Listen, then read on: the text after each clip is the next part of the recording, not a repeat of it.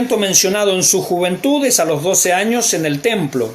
Ya se hace notoria aquí su conciencia mesiánica. A ver, a los 12 años los judíos participaban, los varones, por un ritual que hasta el día de hoy se hace, que es el bar mitzvah. Usted habrá escuchado de eso, ¿no? Todo judío varón a los 12 años tiene su bar mitzvah, que literalmente significa hijo de la ley.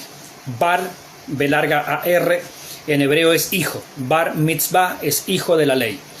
Entonces Jesús tuvo su bar mitzvah a los 12 años. Entonces allí se hacía un compromiso él personalmente, individualmente con la ley. De allí que él permaneciera en esa época, dice, preguntando a los doctores de la ley. Es decir, se lo tomó muy en serio, muy a pecho, ser un hijo de la ley. Él tomó su conciencia, digamos, su discipulado personal en su bar mitzvah. Entonces, este único evento mencionado en su juventud es a los 12 años, en el templo. Ya se hace allí notoria la conciencia mesiánica, porque él les dijo, ¿no sabíais que en los negocios de mi Padre me es necesario estar? Y dice que los padres terrenales no entendieron de qué le hablaba. Él hablaba del Padre Celestial. Entonces, se ve que ya a los 12 años él tenía conciencia mesiánica, sabía básicamente quién era y qué venía a ser. Entonces a eso se le llama conciencia mesiánica. Él ya comprendía a los 12 años claramente quién era él específicamente, ¿no? Luego, hasta los 30 años aproximadamente, la Biblia dice, creció en sabiduría, estatura, gracia para con Dios y para con los hombres. Lucas 2:40. Así que así, a ver, la secretaria, a ver quién se gana la bendición. Primer texto que estamos citando, Lucas 2:40. Lucas 2:40 me lo acuerdo maravillosamente porque cuando yo llegué a los caminos del Señor fue mi primer texto de la primera escuela dominical a la que asistí. Por eso me lo acuerdo. Y el niño crecía y se fortalecía y se llenaba de sabiduría y la gracia de Dios era sobre él. Lucas 2:40. Amén. El primer texto de escuela dominical que yo me aprendí. A los 13 años. Gloria a Dios. Ahí está. Bueno, esto pasó con Jesús a los 12 años, eso se dice de él, ¿no? Hay referencias probables a pobreza en este periodo, ¿no? Vamos a ver Mateo 10:29. A ver quién se gana ahí. Mateo 10:29. Vamos a leer Mateo 10:29. Bueno, Jesús creció en un ambiente pobre, ¿cierto? Eso está claro. Él no nació ni siquiera en su nacimiento y tampoco en el desarrollo de su vida. Mateo 10:29, ¿quién nos dice? Mateo 10:29 nos dice, ¿no se venden 2 pajarillos por un cuarto? Con todo, ni aun uno de ellos cae a tierra sin vuestro Padre. Bueno, eso hablaba de una comida muy pobre, una comida muy miserable. De hecho, bueno, en Italia se conoce la polenta, que en Chile sería algo así como la chuchoca. Acá en Argentina se llama polenta porque es una comida italiana, es el maíz, el grano ya seco, pero seco, duro como piedra, y después eso se lo muele, ¿sí? Eso acá en Argentina se le llama polenta, creo que chuchoca le llaman en Chile. Bueno, esa polenta se la hace con pajaritos, que literalmente son pajaritos, ¿eh? Usted dice, ¿cuánta carne va a sacar de ahí? Bueno, la polenta con pajaritos es una comida italiana, pero una comida italiana de gente pobre, de gente que está en la miseria. Bueno, se hizo famosa la polenta con pajaritos. Esto que está narrando acá Jesús sería algo así como la polenta con pajaritos. Es decir, es una comida que la comía gente que cuando no hay nada, chuchoca con pajaritos, con gorrioncitos que uno caza por ahí. Bueno, imagínense. Bueno, así que mi hermano se quedó sin batería, dice. Bueno, bien, entonces seguimos avanzando, ¿no? Entonces el único evento mencionado aquí, bueno, es el Bar Mitzvah de Jesús a los 12 años, a los 30 años aproximadamente, creció en sabiduría, ya lo dijimos, y hay referencias probables a pobreza en este periodo y a trabajos de carpintería. Marcos 6.3. Vamos a Marcos 6.3. Ahí mis hermanos secretarias o secretarios, Marcos 6.3. Acuérdense que algunos versículos nosotros vemos acá porque no los podemos ver todos, ¿no? Marcos 6.3. Pero voy narrando la vida de Jesús. Usted pregunte, por favor, haga preguntas. Estamos viendo la vida del Señor. Marcos 6:3 dice, si yo puedo le contesto y si no puedo se lo averiguo para la próxima, no importa, no hay problema. Siempre me acuerdo lo que dijo un profesor mío en el Instituto Bíblico, la primera clase que asistí. Él era profesor, muchos pastores se habían graduado allí en ese instituto y él había sido profesor de muchos pastores. Y lo primero que dijo él, hermanos, dice, no es pecado decir no sé. Y a mí me quedó grabado, no es pecado decir no sé. Cuando ustedes me pregunten algo y yo no sepa, les voy a decir no sé, pero trataré de averiguar. Gloria a Dios. Amén. Qué maravilloso, ¿no? Qué humildad de ese hombre. A mí me quedó grabado eso. Marcos 6:3 dice, ¿dónde estás? Que no te encuentro. Acá está. ¿No es este el carpintero, hijo de María, hermano de Jacobo, de José, de Judas y de Simón? Allí están los hermanastros del Señor Jesús, ¿no? Bueno, él era carpintero y el carpintero era un oficio humilde, no era un oficio de gente adinerada, ¿no? En su formación aprendió hebreo, obviamente. Él leyó en la sinagoga de Nazaret y obviamente la lectura era en hebreo. En arameo él enseñó a las multitudes, es decir, Jesucristo ahí manejaba por lo menos ahí dos idiomas. Manejaba el hebreo, que era las escrituras, ¿cierto? Manejaba el arameo, que es pariente, pero no es el mismo idioma, el arameo con el que hablaba la gente. Normalmente ellos hablaban en arameo, aunque la escritura estaba en hebreo. Dice, y también el griego, por ejemplo, él habló con Pilato. O sea que Jesús mínimamente manejó tres idiomas. El hebreo, con el que leía las escrituras, el arameo, con el que daba sus enseñanzas, y el griego, en los diálogos que tuvo, por ejemplo, con las personas del ambiente griego, ¿no? El ambiente greco-romano. Además de un acabado conocimiento de la ley y de las tradiciones de los ancianos, lo que se llama o se conoce normalmente como el Talmud, que es un comentario del Antiguo Testamento. Esto es lo que la Biblia o el Señor muchas veces criticó, ¿no? Las tradiciones. Dice, ¿por qué por vuestras tradiciones invalidáis el mandamiento? ¿Qué eran esas tradiciones? Era, entre comillas, un comentario bíblico acerca de la ley. Sí, así como hoy nosotros tenemos un comentario bíblico, ¿cierto? Que no es la Biblia, está claro que no es la Biblia. Hay comentarios serios, hay comentarios más o menos y hay comentarios pésimos. Bueno, los judíos tenían comentarios que tenían algunas partes buenas, interesantes y otras eran un desastre. Bueno, entonces el Señor criticó muchas veces esos comentarios. Y a eso se le llama en la Biblia tradiciones. Normalmente nosotros lo conocemos como el Talmud. El Talmud es un comentario rabínico acerca justamente de la ley. Y ellos le daban más importancia al comentario que a la escritura, cosa que no debemos hacer nosotros. Nosotros recomendamos comentarios, recomendamos institutos bíblicos, recomendamos diccionario bíblico, sí, los recomendamos, pero recuerde que eso es un comentario, es una opinión seria, formada, con cierto criterio, sí, por supuesto, pero la infalible es la Biblia. Eso tiene que estar claro, mis hermanos, tiene que estar súper claro. La infalible es la Biblia. Hay comentarios buenos, pero no son la palabra de Dios. ¿Los recomendamos? Sí, por supuesto. Imagínese usted que si usted tiene un auto y dice, no, bueno, mi auto está malo, y bueno, no se lo quiero llevar al mecánico aquí, de aquí a la vuelta de mi casa porque no le tengo confianza. Bueno, tal vez no le tenga confianza a ese, pero a la otra cuadra hay un taller especializado en la marca suyo. Bueno, llévelo ahí. No es el fabricante, no es el fabricante, pero es un taller especializado que tienen mucho conocimiento. No fabricaron ellos el auto, pero saben de cómo se arregla ese auto. Bueno, hay comentarios que no son la palabra de Dios, pero son serios y son muy estudiosos de la Escritura y nos van a dar una opinión seria. Nos van a dar un diagnóstico serio. Bueno, eso más o menos para hacer una analogía, ¿no? Natalia nos dice, es un complemento para estudiar la Biblia, nada más. Amén, amén, por supuesto. Y es bueno leerlos, es bueno leer comentarios. De hecho, la Biblia de estudio, ¿qué es la Biblia de estudio? A ver, acá yo tengo una Biblia de estudio. ¿Qué es la Biblia de estudio? Todo esto es comentario. No, en esta parte de acá abajo, perdón, en esta parte de acá abajo. Todo esto es comentario. Entonces, una Biblia de estudio trae comentario. ¿La parte del comentario es la Biblia? No.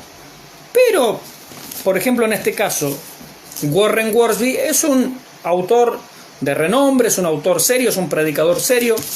Él no tiene la última palabra, la última palabra la tiene la Biblia, pero los comentarios que él tiene aquí abajo son muy correctos, son muy serios, son muy centrados. Ahí tiene comentarios. No es la Biblia, pero hay personas que han estudiado y tampoco tenemos que ser tan autodidactas, ¿no? De decir, bueno, que Dios me revele y me ilumine. Bueno, eso también es menospreciar el trabajo de los demás, cosas que no debemos hacer. Bien, seguimos adelante. Eso es acerca de los 30 años de preparación. Vamos a pasar ahora al primer año ministerial, cuando él ya se larga al ministerio, ¿no? Hay personas que dicen, y esto algo no sé si lo nombramos, me parece que no, en la materia cristología, hay personas que dicen, bueno, Jesucristo era un hombre común y corriente, y cuando él se bautizó, allí vino el Espíritu Santo sobre él, y allí él realmente recibió a Dios en su corazón. No, esa postura está errada. Jesucristo desde el momento de la concepción es Dios manifestado en carne. Él siempre fue Dios. Lo que pasa es que su ministerio lo empezó aproximadamente a los 30 años cuando se bautizó. Pero no es que allí él recibió al Verbo divino, no es que allí descendió la segunda persona de la Trinidad y se apoderó de él. No, desde el momento de la concepción. Por eso creemos en la concepción virginal de nuestro Señor, y que él desde el momento de la concepción es Emmanuel, es Dios manifestado en carne. Bien, son cosas distintas esas, ¿eh? Vamos al primer año ministerial, también llamado año de oscuridad.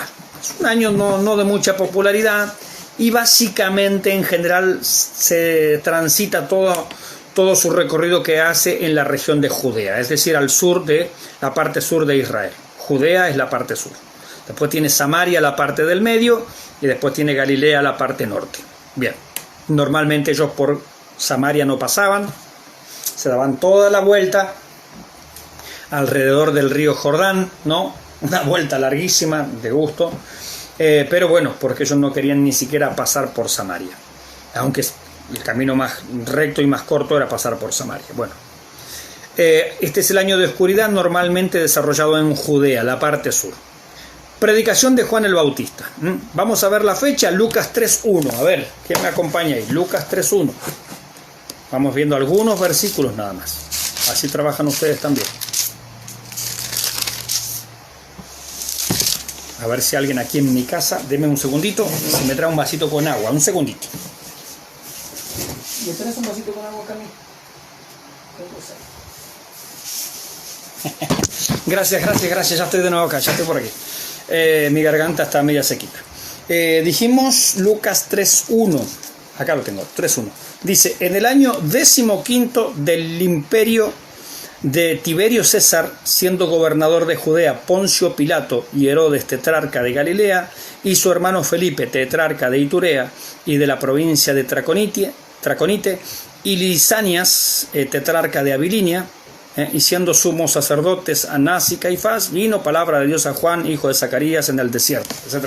Fíjese que ahí nos sitúa con una precisión quirúrgica. Lucas nos pone allí, era este gobernaba acá, este gobernaba acá, este gobernaba allá, el César era fulano de tal, y ahí nos ubica en el tiempo exacto.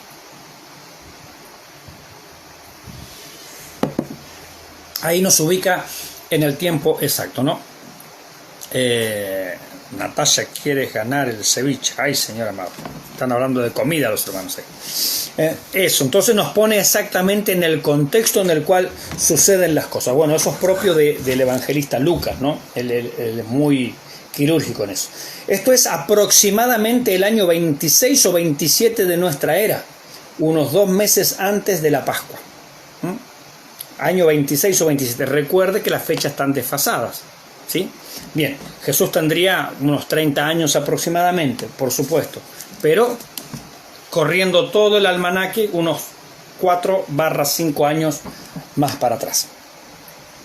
Después tenemos, en segundo lugar, el bautismo de Jesús. Plenamente identificado con los hombres, fue contado con los pecadores, en el río Jordán. Como dijo Agustín de Hipona, ve al Jordán y verás la Trinidad. Claro, allí porque en el Jordán vemos al Hijo de Dios, la segunda persona de la Trinidad manifestado en carne, en el agua, el Espíritu Santo que desciende, en forma de paloma y se posa sobre él, y oímos la voz del Padre desde el cielo, ¿no?, diciendo: este es mi Hijo amado, en quien tengo complacencia. Entonces allí vemos justamente la manifestación de la Trinidad. Acuérdense que en el Antiguo Testamento se insinúa la Trinidad, pero no se la declara. El Antiguo Testamento es preparatorio. El Antiguo Testamento insiste con la unidad, pero se insinúa la pluralidad de la deidad. Se insinúa las personalidades dentro de la deidad, pero no está manifiesta. Ahora, cuando llegamos al Nuevo Testamento, ahí vemos claramente la Trinidad expuesta, ¿no? La Trinidad bien definida. La tentación de Jesús en el desierto, mientras ayunaba 40 días y 40 noches con las fieras del lugar, y la peor de todas, ¿no?, la serpiente antigua, y allí el Señor le da la respuesta a cada una de las tentaciones. Bien, vamos a ver un poquitito acerca de esas tentaciones. Mauricio nos dice, siguen pensando en comida, y Señor, las prietas con papa, por Dios. Bueno, un día que vaya a Chile, alguien me va a tener que invitar prietas con papa y listo, ¿qué va a hacer? Aunque yo no soy muy adepto, pero le hincamos el diente nomás. Isaac Mauricio nos dice: el bautismo en agua, ¿qué significado tiene para uno? Para nosotros el bautismo en agua significa muerte y resurrección. Básicamente es eso: sepultura y resurrección. Un cambio de vida. Muerto al pecado, resucitado a una nueva vida. También significa una identificación con Cristo. Me sumerjo en Él. Me revisto de Él. ¿Sí? Bien. Entonces, básicamente ese es el significado. En el caso de Jesús, es un ejemplo para nosotros, porque Él no tiene pecado, no tenía pecado. Esto lo vimos en Cristología. Él era impecable, es decir, no solamente que no pecó, sino que no podía pecar, porque Dios no puede ser tentado por el mal, ni Él tienta a nadie. Eso enseña la Biblia claramente. Isaac nos dice: ¿es una nueva criatura? Para nosotros, no. El bautismo ya lo dijimos. Materia anterior. Vuelva a soteriología, mi hermano Isaac Mauricio. Vuelva a soteriología y repase lo que ya dijimos. El bautismo lo único que hace es mojarnos. El bautismo no tiene propiedades salvadoras, ni propiedades regeneradoras, ni transformadoras. El bautismo solamente tiene propiedades mojatorias. Permítame inventar esa palabra, ¿sí? La transformación, la nueva criatura la hace el Espíritu Santo a través de la palabra de Dios el día que recibimos a Cristo en nuestro corazón. Ahí se es nueva criatura. Después uno se bautiza como un testimonio público de lo que ya sucedió en el interior. Así que, mi hermano Isaac Mauricio, lo mandamos de vuelta para la materia anterior. Repase allí, por favor, los conceptos, ¿sí?, acerca de justamente, porque ya salió eso. En la clase número 1 de soteriología dijimos falsas esperanzas de la salvación, y una de ellas es el bautismo. ¿Me bautizo, soy salvo? No, señor. ¿Me bautizo y soy perdonado? No, señor. El agua no quita el pecado, solo la sangre de Cristo, su Hijo, nos limpia de todo pecado. ¿Sí? Bien. Entonces, mi hermano Isaac Mauricio, a repasar de nuevo las 20 o las 19 horas de soteriología. Bien, seguimos adelante. Entonces, la tentación de Jesús. Dijimos acá. Bueno, ahora, cuando Él, Susana nos dice, es una ordenanza. Amén, es una ordenanza, es un rito. Es un rito que nosotros debemos hacer, que tiene un significado, tiene un simbolismo espiritual, pero no opera esa transformación. No la hace. Entonces puede bautizar 10 veces, no pasa nada. Se mojó, se bañó 10 veces. De paso, échele jabón al agua y listo. Pero hay que hacerlo, sí, por supuesto, pero no. Pati nos dice: mi pastor, esto es bueno, que aparezcan preguntas. Vamos, hermano, que aparezcan preguntas. Yo no quiero hacer un monólogo aquí, quiero ayudarles en las dudas. Pati nos dice: mi pastor, en el Antiguo Testamento se habla del Hijo y se anuncia ya su venida, lo que es ratificado en el Nuevo Testamento. Sí, por supuesto, pero no se entendía con claridad de que el Hijo era Dios. Sí se anuncia el Hijo, pero los judíos, ellos creían que el Mesías simplemente era un hombre común y corriente. Por eso cuando le preguntaron: ¿quién dicen los hombres que soy yo? Dicen uno, Juan el Bautista, otro alguno de los profetas, otro Elías. ¿Y vosotros quién decís que sois? Tú eres el Hijo del Dios viviente. ¡Ah! En Israel, ser hijo de Dios era ser igual a Dios. ¡Ah! La declaración de Pedro, iluminada, ¿cierto?, por el Espíritu Santo, fue una declaración tremenda. Porque él está diciendo, no, tú no eres un hombre común y corriente. Tú eres hijo del Dios viviente. Es decir, tú eres Dios. Porque ser hijo de Dios era ser igual a Dios. Cuando Jesucristo dijo que era hijo de Dios delante de los fariseos, agarraron piedra para apedrearlo. Y él les preguntó, ¿por cuál buena obra me vais a apedrear? Ellos le dijeron, no te apedreamos por buena obra, sino por la blasfemia que has dicho, porque tú siendo hombre te haces Dios. ¿Qué había dicho él? Soy hijo de Dios. Eso significaba ser igual a Dios. Ese era el pensamiento judío, ¿cierto? No es nuestro pensamiento occidental, pero el pensamiento judío sí. Entonces en el Antiguo Testamento se hablaba de que iba a venir el Mesías, sí, pero los judíos entendían que el Mesías simplemente era un hombre, no Dios manifestado en carne. Hay una gran y tremenda diferencia. Por eso él les preguntó en un momento, él les dice, el Mesías, ¿de quién es hijo? Ellos le dijeron, de David. Ajá, le dice el Señor, ¿y cómo en el Salmo 110? No dijo Salmo 110, pero dice, ¿cómo David en el Espíritu? Es el Salmo 110 que está citando él. Dice, pero ¿cómo David en el Espíritu le llama Señor? Si es su Señor, ¿cómo es su hijo solamente? Muy buena pregunta. Porque el Salmo 110 comienza diciendo, dijo el Señor, es decir, el Padre, a mi Señor, es decir, el Hijo. Dijo el Padre al Hijo, siéntate a mi diestra hasta que ponga a tus enemigos por estrado de tus pies. Dice, y David le llama Señor. Si el Mesías es Señor de David, no puede ser simplemente su hijo. Señor solamente se le aplica a Dios. Una definición extraordinaria. Bueno, la mente de nuestro Señor, ¿no? Bien. Griselda nos dice, pastor, junto con una joven de la iglesia tenemos una duda. En Gálatas se habla del fruto del Espíritu, pero se mencionan muchos. Nuestra consulta es, el fruto es uno y después se mencionan solo características de ese fruto, tal cual, mi hermana. Alguien, no sé si fue usted o otra hermana, me hizo esa pregunta y le pedí, por favor, como yo no entro seguido al Messenger, no me dejen, por favor, preguntas en el Messenger. Tienen mi WhatsApp, me la mandan ahí. Porque pocas veces entro al Messenger y no quiero dejar la pregunta ahí. Sí, tal cual.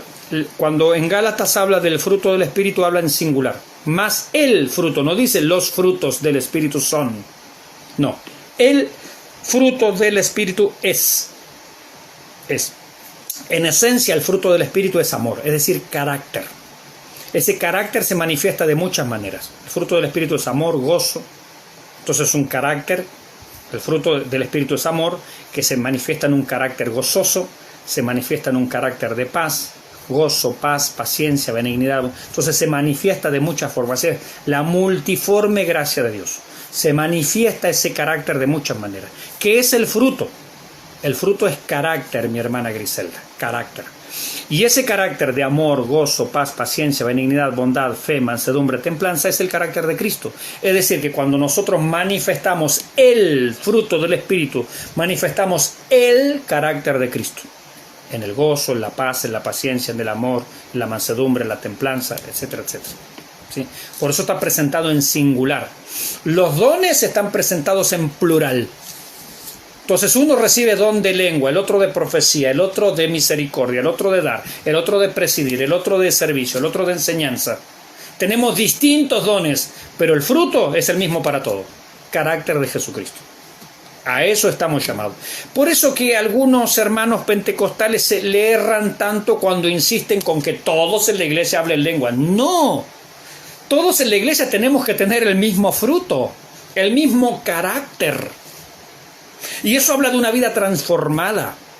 Todos tenemos que tener el mismo carácter, pero no el mismo don.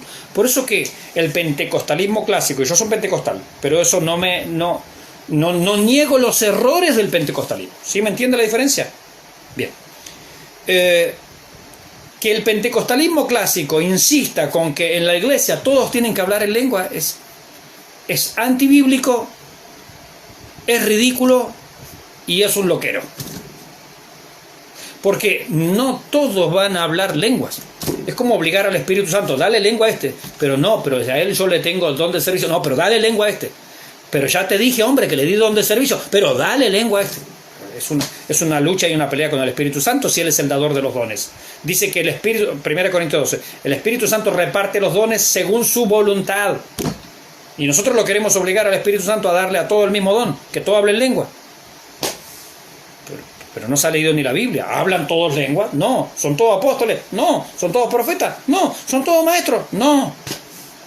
No, hombre. Bueno, pero lamentablemente esa cultura pentecostal está muy arraigada y a cómo sacársela a algunos hermanos, ¿no?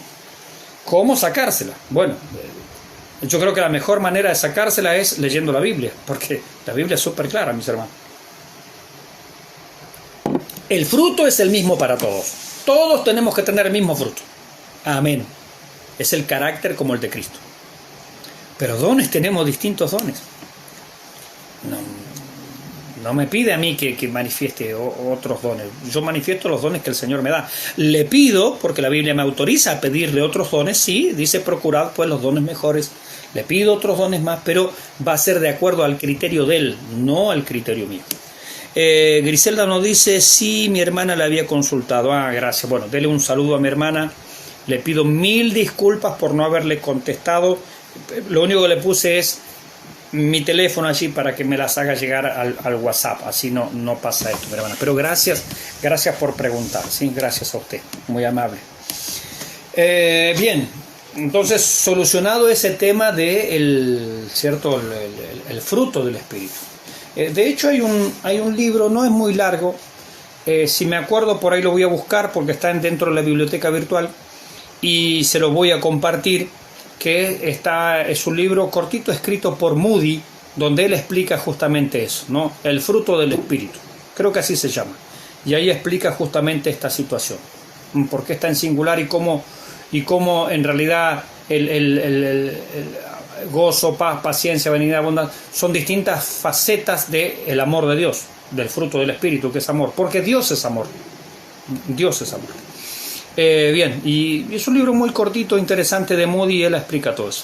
Natalia nos dice, el ejemplo del cuerpo, no todos podemos ser ojos o boca o mano y así, si no, no sería cuerpo tal cual, hermana. Por eso digo, ¿cómo erradicamos eso de algunos hermanos que insisten? Yo he estado en iglesias donde lamentablemente desde el púlpito se insista que todos hablan lengua. Primero, en la iglesia está prohibido que todos hablen en lengua.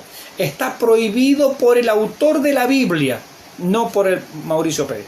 Mauricio Pérez no es nadie para prohibirle nada. No es nadie. No existe Mauricio Pérez. La Biblia, el autor de la Biblia, el Espíritu Santo prohíbe que todos hablen lengua a la vez. Yo he entrado a iglesias donde no se entiende nada. Nada se entiende, nada edificante, nada bíblico, un desorden, un descontrol. Parece que no han leído la carta primera a los Corintios. Señor amado, a veces causa mucha tristeza y algunos lo llaman avivamiento. Para mí es tristeza eso. Para mí eso es totalmente tristeza de no haber leído las Escrituras siquiera, ¿no? Tremendo, ¿no? Tremendo. Parece la laguna de las ranas. Y eso la Biblia lo prohíbe. Bueno, eso lo vamos a ver cuando lleguemos a neumatología, que es la doctrina del Espíritu Santo, y cuando veamos dones espirituales. Pero eso la Biblia lo prohíbe. Yo me crié en una iglesia por allá, por el año 86, 87, 88, 89, en esos años, donde los cultos era entrar y a eso le llamábamos avivamiento. No, eso es un loquero. Porque yo lo digo, no. Dice Pablo, 1 Corintios 14, entran indoctos, es decir, incrédulos a la iglesia. No dirán que estáis locos. Y tienen razón, están locos, están chiflados en esa iglesia. Era una iglesia chiflada. Y muchos le llaman avivamiento. Bueno, yo sé que algunos se enojan conmigo porque yo digo eso, pero yo digo lo que está escrito ahí en la Biblia. ¿Sabe por qué? Porque me he tomado el trabajo de leerlo, nada más. Yo no inventé. Siempre digo lo mismo. Mire, cuando yo nací en el año 73, la Biblia ya estaba escrita, así que yo no tengo nada que ver. No, yo no lo puse eso. Yo simplemente veo que está escrito y lo leo. Dice que eso no se puede hacer. Bueno, no se puede hacer, hermano. No es intérprete. En boca cerrada no entran moscas. Cállese. ¿Cómo, pastor, está pagando el Espíritu? Cállese, ahí dice cállese. Bueno, no vamos a seguir hablando de los dones ahora, porque eso es harina de otro costal, le pertenece a otra materia. Isaac Mauricio nos dice, pero para ello existe el discernimiento, saber si habla en el Espíritu o hablan humanamente. Sí, está bien, pero si habla sin interpretar, cállese. No necesito ni discernir, cállese. Porque si no interpreta, cállese. Eso dice la Biblia. Igual que el don de la oración. No, hermana Nubia, no existe el don de la oración. No hay un don de la oración. Si no, estaría escrito en la Biblia. No hay don de oración. Algunos le llaman don de oración, pero no existe ese don. Es bueno que oremos, por supuesto, sí. Claro que está buenísimo que oremos y la Biblia dice orar sin cesar, pero no es un don. Natalia, pastor, hay preguntas. ¿Se me pasó alguna? Ay, recuérdemela, por favor. No quiero dejar a nadie.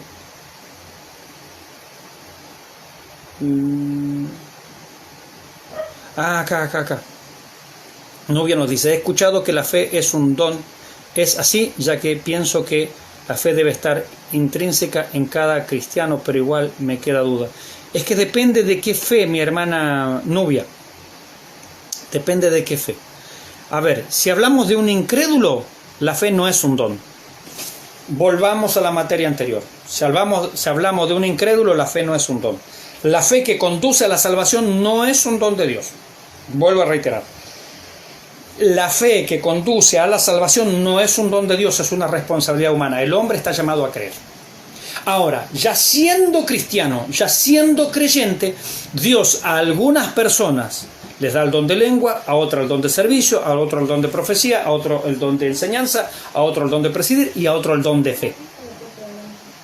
Pero el don de fe, ese, es para ya alguien creyente, que Dios le capacita de una manera especial para creer en Dios y en sus promesas y en la respuesta de Dios de una manera extraordinaria que nosotros nos quedamos, qué tremendo, cómo el Señor lo respaldó en su fe al hermano. Bueno, probablemente tenga el don de fe, por ahí yo no lo tengo, por ahí usted no lo tiene, pero el don de fe es para creyentes. Si hablamos de incrédulos, la fe no es un don, es una responsabilidad humana. Por eso hay que ver de qué clase de fe hablamos. La Biblia habla de la fe en muchas maneras. La Biblia también llama fe a esto, mi hermana Nubia. Esta es nuestra fe. Tenemos una sola fe. ¿Cuál es nuestra fe? Esta, la palabra de Dios. Cuando en Efesios 4 habla de la fe, que tenemos toda la misma fe, se refiere a esto. Esta es nuestra fe, ¿sí?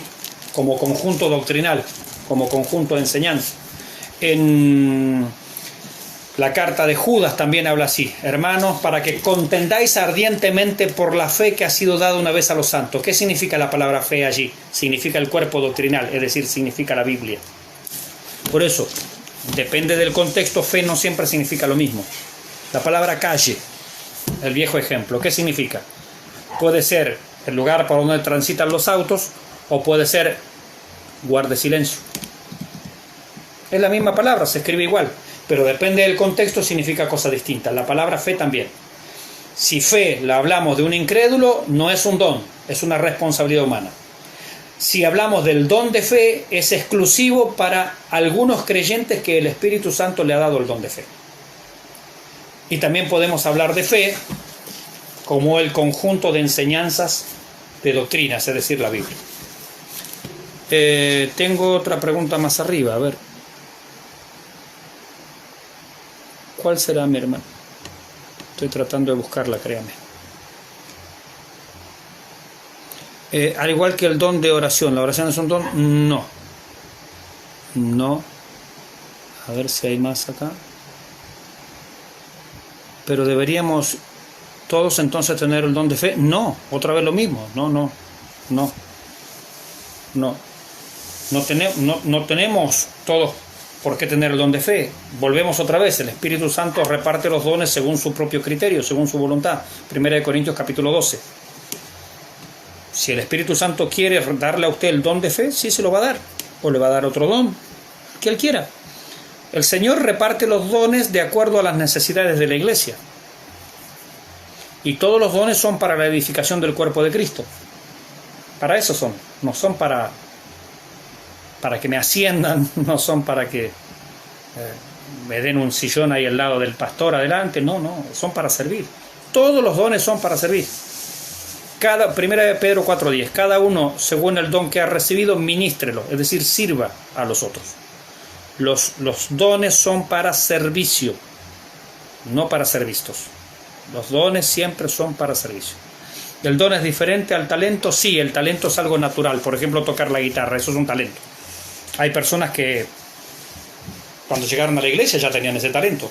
Tocaban, sabían cantar, sabían tocar.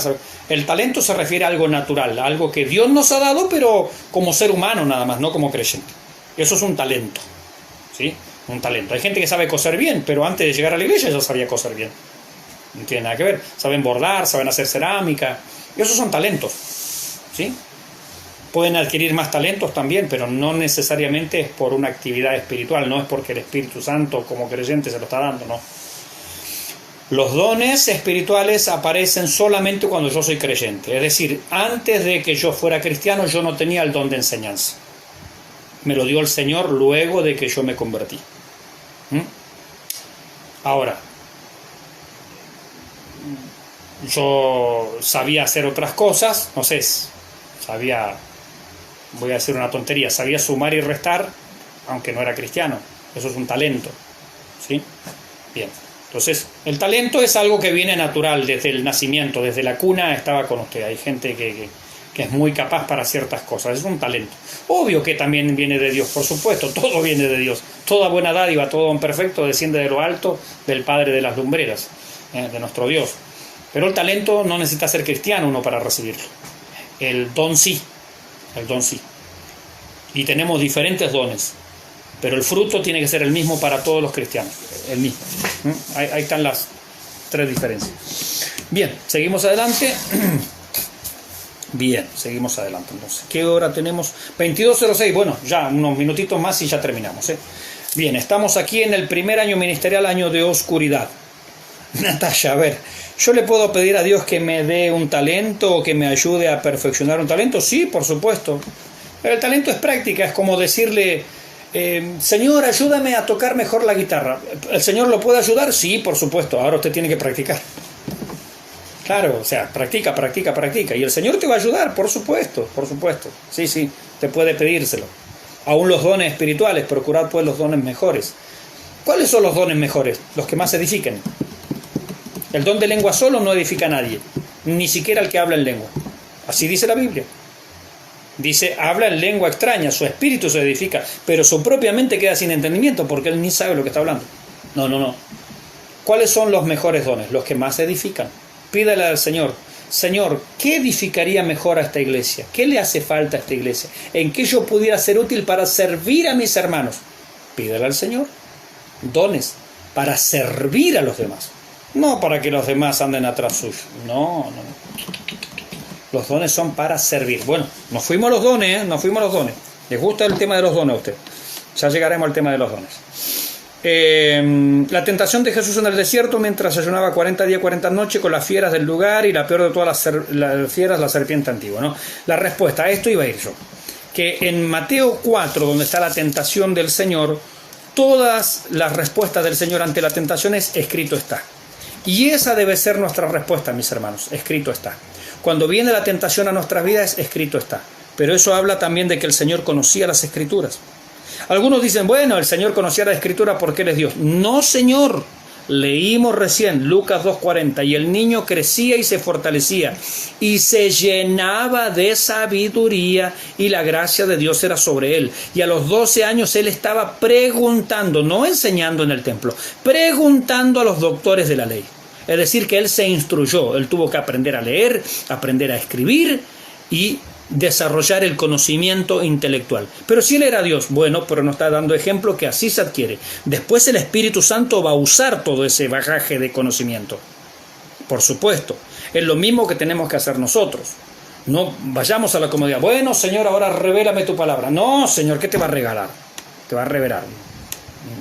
Así un coscorrón en la pelada te va a regalar. ¿Qué te va a regalar, Señor?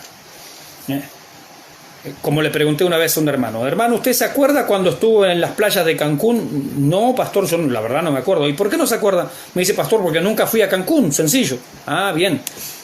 Entonces, ¿cómo el Espíritu Santo me va a recordar la Biblia si nunca estuve en ella? El Espíritu Santo me recuerda la Biblia porque yo estuve en ella, es decir, porque yo me tomé el trabajo de leer, leí de acá, leí allá, leí acá, y en el momento que yo lo necesite, el Espíritu Santo me va a recordar. ¿Por qué? Porque yo estuve allí.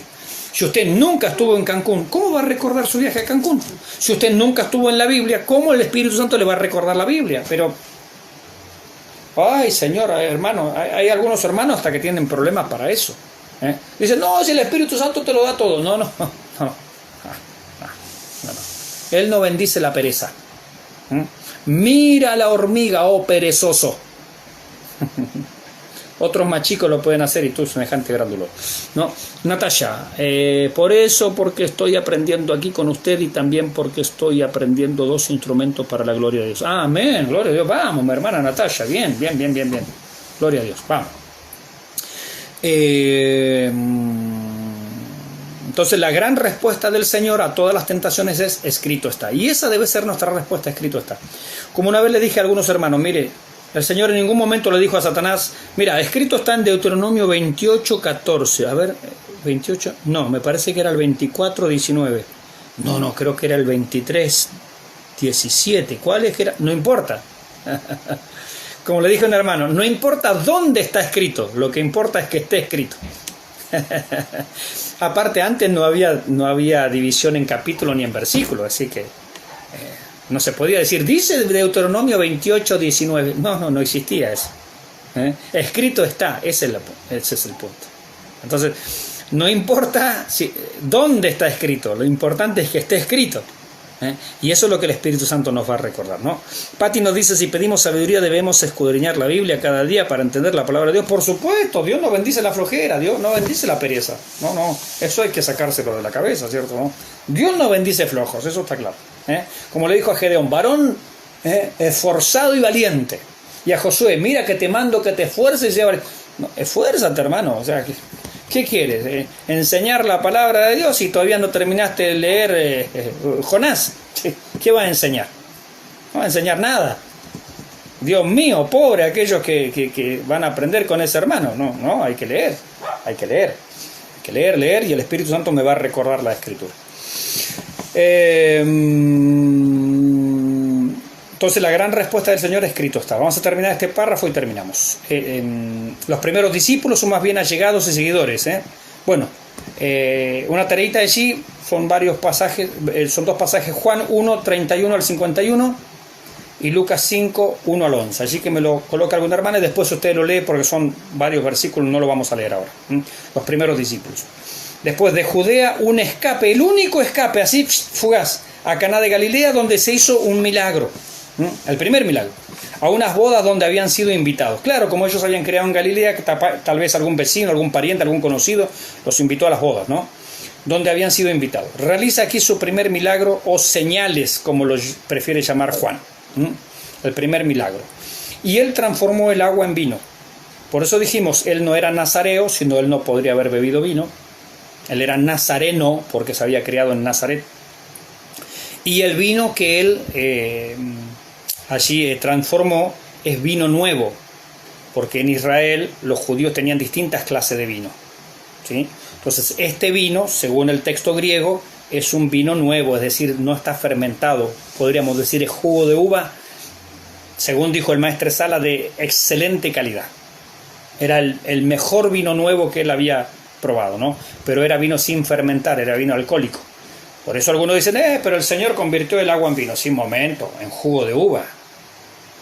Traducido al castellano dice vino, pero el vino que él transformó era vino nuevo. Era jugo de uva, era uva recién pisada, recién prensada de la mejor calidad. Eso es el vino que el Señor transformó. Es decir, que él no proveyó vino para que se pongan todos curaditos. No. No es el vino que el Señor transformó. El Señor está en contra de la borrachera, ¿sí?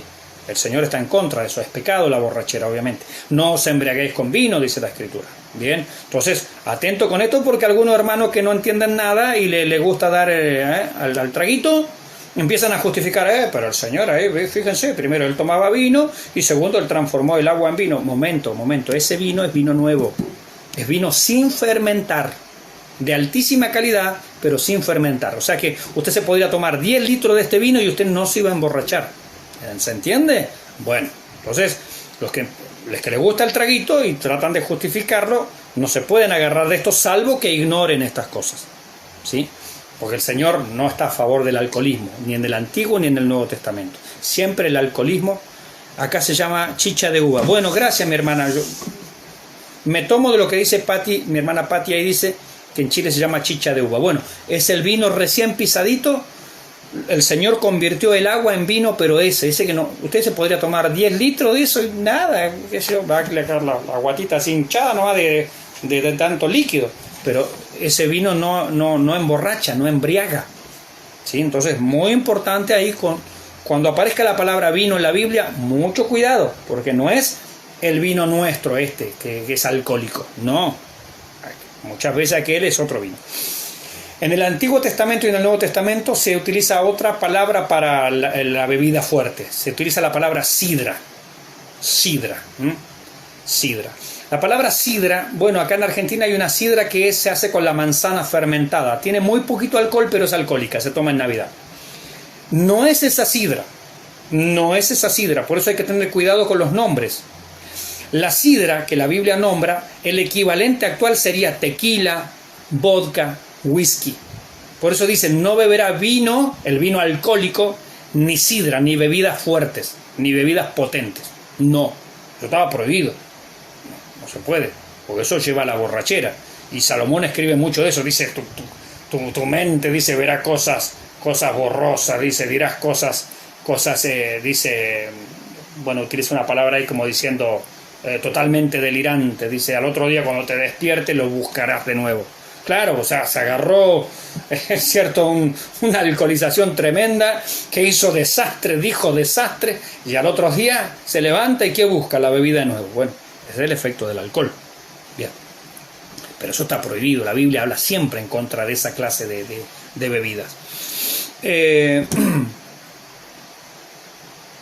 Primera purificación del templo. Acuérdense que le dije que habían 2 purificaciones. Esto al principio del ministerio. Primera purificación del templo en Jerusalén. Hizo aquí un azote de cuerdas. En el segundo, en el último, al final de su ministerio, no hizo azote de cuerdas. Esa es la diferencia.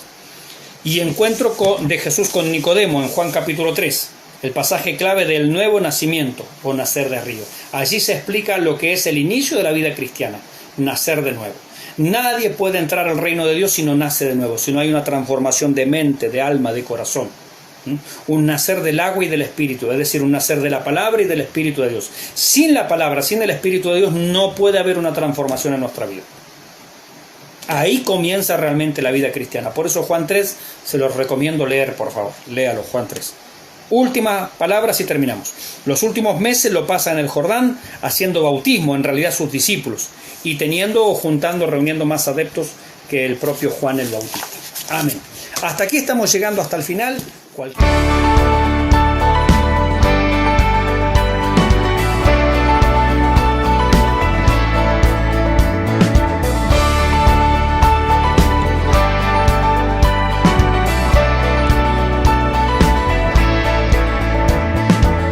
Si nuestro canal ha sido de bendición para tu vida y sentís el anhelo de poder colaborar, te dejaremos estas cuentas para que puedas ayudarnos a seguir creciendo. Dios te bendiga.